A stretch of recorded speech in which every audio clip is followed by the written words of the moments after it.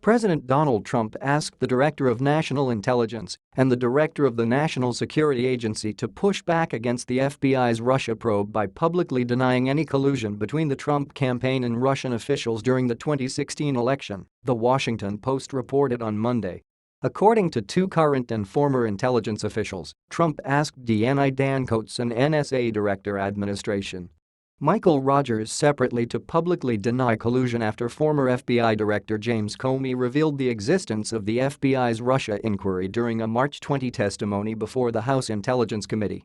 Both Coats and Rogers denied the request because they believed it was inappropriate, the officials said. Senior White House staff also spoke to top intelligence officials about the possibility of the White House directly intervening in the FBI's investigation, officials told the Post. "Can we ask him to shut down the investigation?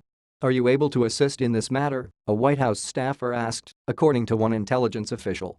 The Trump administration has been engulfed in controversy over the last 2 weeks after he made the decision to fire Comey. Since then, it emerged that Trump had fired Comey because of the Russia thing, as Trump put it, and that he had revealed highly classified intelligence to Russian diplomats during an Oval Office meeting.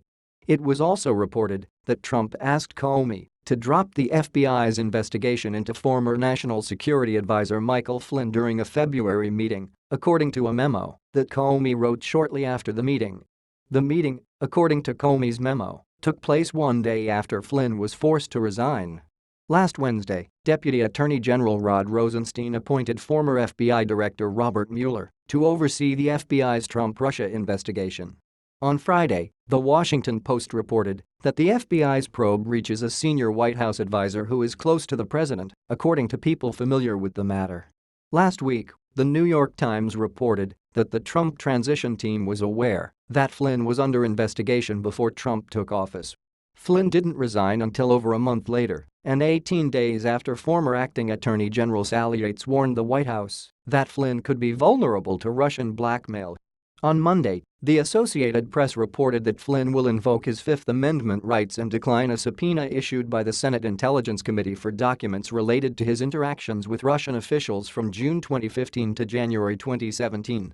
The explosive reports that have emerged over the last few weeks have forced legal analysts and lawmakers to consider the possibility of presidential impeachment on obstruction of justice charges.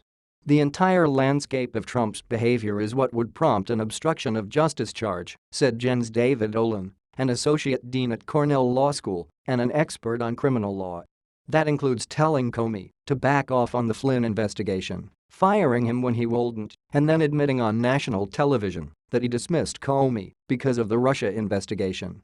If Trump knew for a fact that he was asking Coats and Rogers to make false statements, then there's a very strong argument that he was trying to use them as an instrument to obstruct an ongoing investigation, Olin said. That would be criminal and a major data point for the ongoing FBI and congressional investigations, he added. An obstruction of justice charge, however, also requires proof of corrupt intent, which is hard to pin down, according to Robert Dietz, a former top lawyer for the NSA and CIA. Rather, Dietz added, the question any lawyer would ask themselves would be whether they have enough evidence to persuade a jury. This latest story is yet one more piece of evidence that may cumulatively persuade, he said. Trump's request to Coats and Rogers, senior intelligence officials said, threatened the independence of U.S. spy agencies and could be seen as an attempt to question the FBI's credibility. The problem wasn't so much asking them to issue statements, it was asking them to issue false statements about an ongoing investigation, an intelligence official told the Post.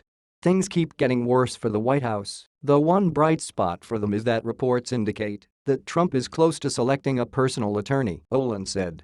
Getting an attorney is a smart move